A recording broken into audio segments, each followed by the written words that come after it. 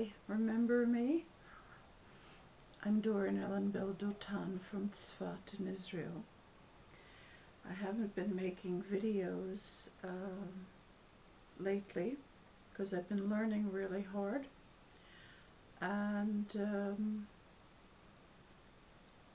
unless I come to the public specifically and say, I have some like half-baked ideas, can you help me? I don't like to speak until my thoughts are settled on an issue.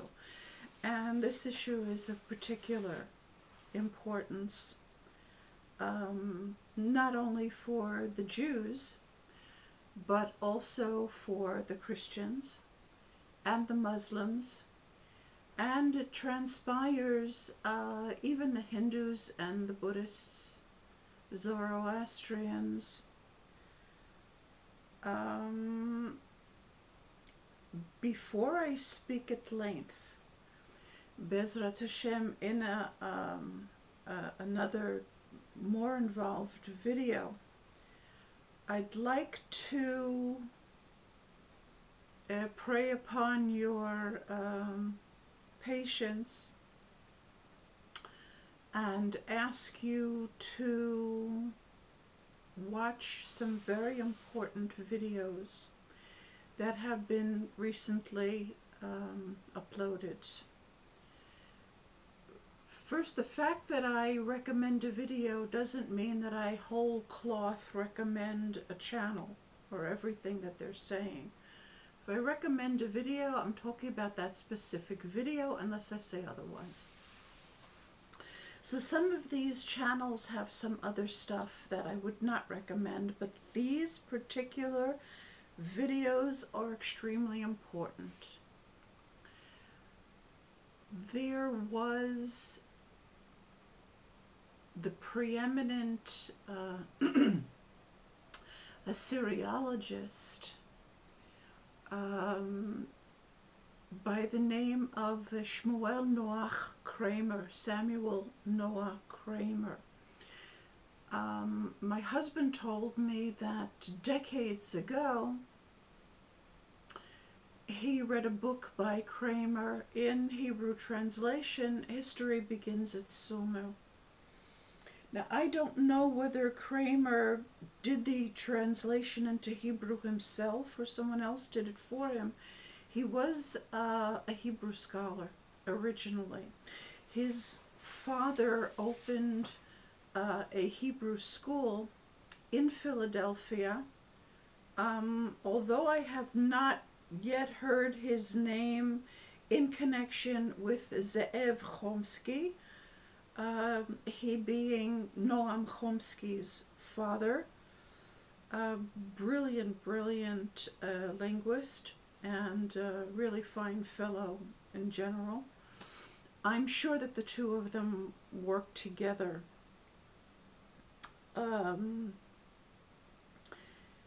It seems that at the end of his life, Shmuel Noach Kramer began to see patterns in the Akkadian language, in inscriptions that were anomalous insofar as one would think that they weren't necessary. Why would someone begin to bring religious refrains from prayers, from hymns, into a manifest of building materials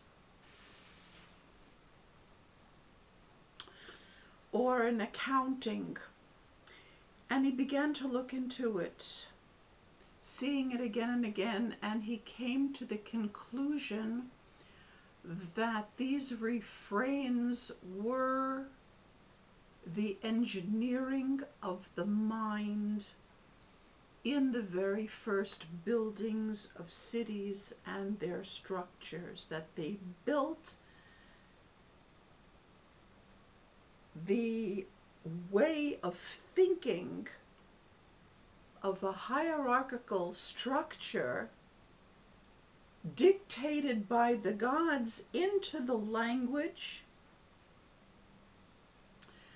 and that was used in the actual structuring of the central temples at Ur, at Uruk, and other cities.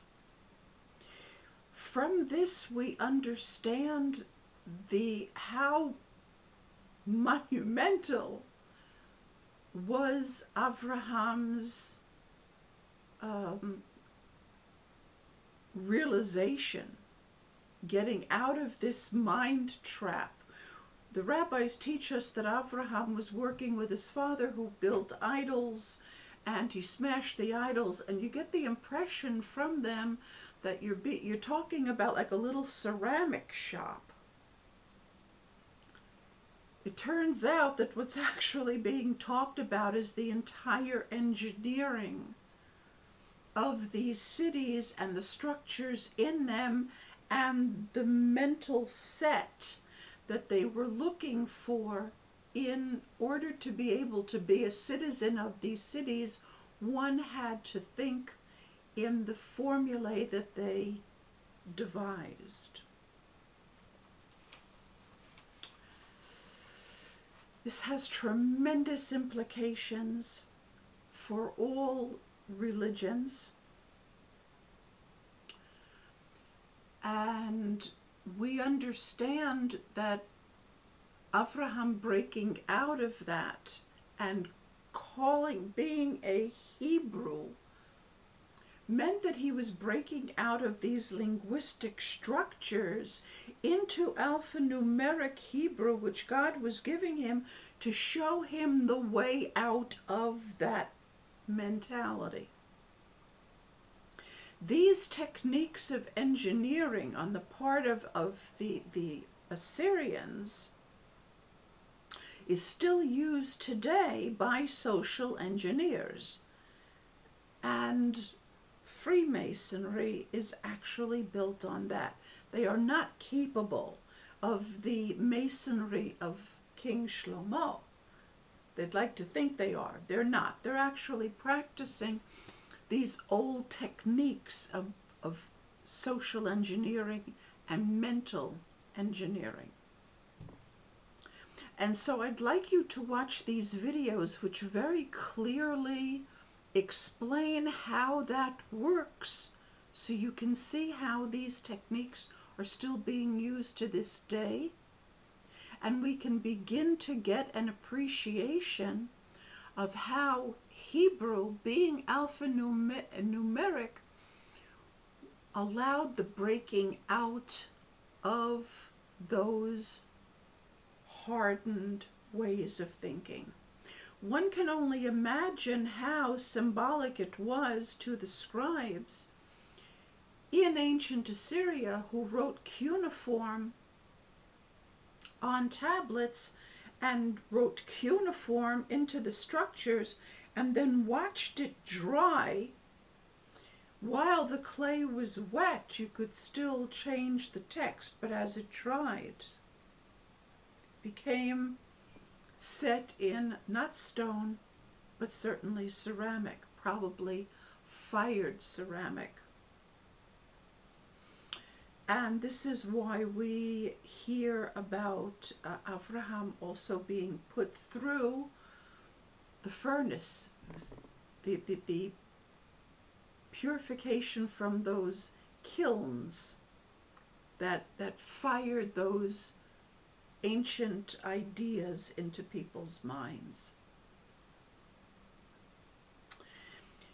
The story of the flood, as it appears in Torah, is not meant to be an original. Of course there were stories of the floods that these civilizations talked about. Torah isn't plagiarizing them. What the Torah is doing is coming in alphanumeric Hebrew and teaching us how to be able to break out of the set ways of thinking that make us vulnerable to being deluged by delusion. So the story of the flood in Torah is not meant to be the original version. It is meant to be the rectification of the original versions of ways of thinking that allowed people to drown, to be deluged by their delusions. These are all introductory comments to a subject that is so very complicated and far-reaching, that has so many implications. In the meantime, I should like you, please, to, and it's worth an hour and a half of your time, I promise, to watch 4 actually videos. 3 of them are about a half an hour and 1 is very short. I'm going to list it. 3 of them are about Shmuel Kramer and his work as an Assyriologist. The first one is an overview, and then the second go more into details about how the structuring, the mental engineering as part and parcel of urban planning was done, setting people into the grid of a city. And the 4th very short video that I should ask you to watch has both an English and a Hebrew version. It's just a couple of minutes. I'll give a link to both the English and the Hebrew. The name of it is "For the First Time in Jerusalem, an Assyrian Inscription from the First Temple Period was Discovered." It seems to be an Assyrian inscription that was sent in cuneiform to, I would guess, King Chezkiyahu. It was a warning that they sent that he better pay up the protection money that was demanded of him. And of course, Chezkiyahu, being a righteous king, rebelled against the Assyrian Empire. All of this has to do with the subsequent writing of the Babylonian Talmud, the teaching that the Torah was given again in Aramaic, which is a clearly mendacious claim, and the subsequent engineering of the Jews' minds in Aramaic, moving them away from the depths of the Hebrew so that they couldn't break out anymore. The Hebrew version, if you can watch it, please do, of that short archaeological find is עדות נדירה להתכתבות בין חצי המלך אשור למלך יהודה. לראשונה בירושלים נחשפה כתובת אשורית מתקופת בית ראשון. I would suggest you watch it in Hebrew if you can, although the English is a verbatim translation of the Hebrew using AI. If you're going to be thinking in Hebrew, it's always better to think in Hebrew, hear it in Hebrew. So these are the initial, what's going to be written in the description below, Bezrat Hashem, are the videos that I would please request that you watch. It will give you deep insight into your world, the history of your world, how consent is engineered. And having watched that, then we can have a more detailed discussion of how this relates to Judaism, to Christianity, to Islam, as I said, even to Buddhism and Hinduism coming first, and Zoroastrianism. Thank you for listening. Do your homework so that we can be prepared to take a really deep dive into how our minds have been set. Luckily into clay, which can be broken and easily broken and crumbled, and break out of it into a more comprehensive, freer way of thinking that doesn't allow us to be